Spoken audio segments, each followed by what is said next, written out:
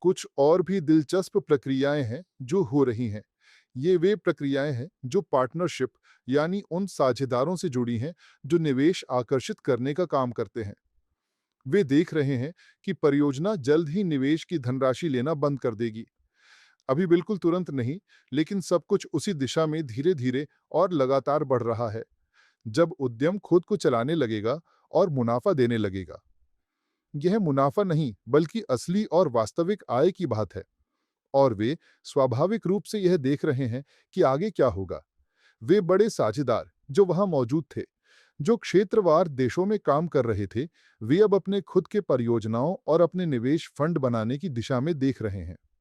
यह एक स्वाभाविक प्रक्रिया है जिसकी उम्मीद पहले से ही थी, क्योंकि उनके पास पहले से ही ग्राहकों का आधार है और वे देख रहे हैं कि धन का प्रवाह अब कम हो रहा है।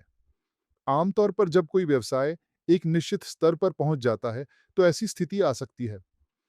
इस समय हर कोई यही चाहता है कि यह जश्न और उत्सव लगातार चलता रहे, क्योंकि सफलता का आनंद सभी को प्रिय है ना?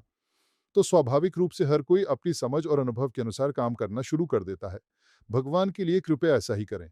मैं तो इसके पक्ष में हूँ, लेकिन साथ ही जैसे कि अपनी ताकत का सही आकलन और ध्यान रखें। क्योंकि कोई भी प्रोजेक्ट शुरू करना असल में इतना आसान नहीं है और ऐसे बहुत कम प्रोजेक्ट्स हैं जो किसी निश्चित परिणाम तक पहुंच पाते हैं। ऐसे प्रोजेक्ट्स बहुत कम हैं।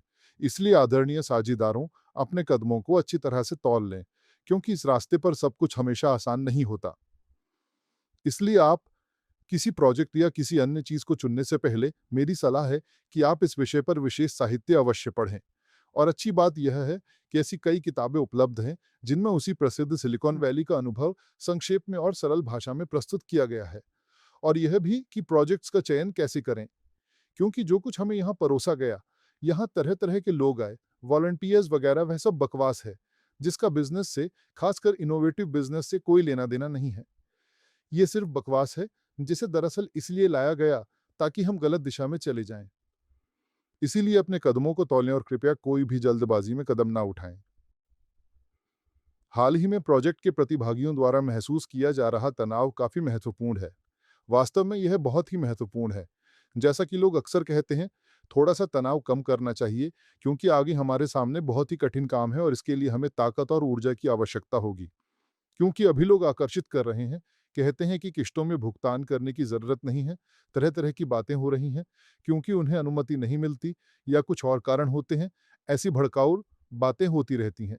ये सिर्फ चैट्स में या वीडियो के नीचे कमेंट्स में ही नहीं, बल्कि कई जगहों पर हो रही हैं। और आपको समझना चाहिए कि यह लड़ाई बहुत गंभीर है, कोई मजाक नहीं है। और वे सभी उपलब्ध संसाधनों का उपयोग कर रहे हैं। कई उद्योगों के लिए यह प्रोजेक्ट एक खतरा है। धन्यवाद। अलविदा। अपना ध्यान रखें।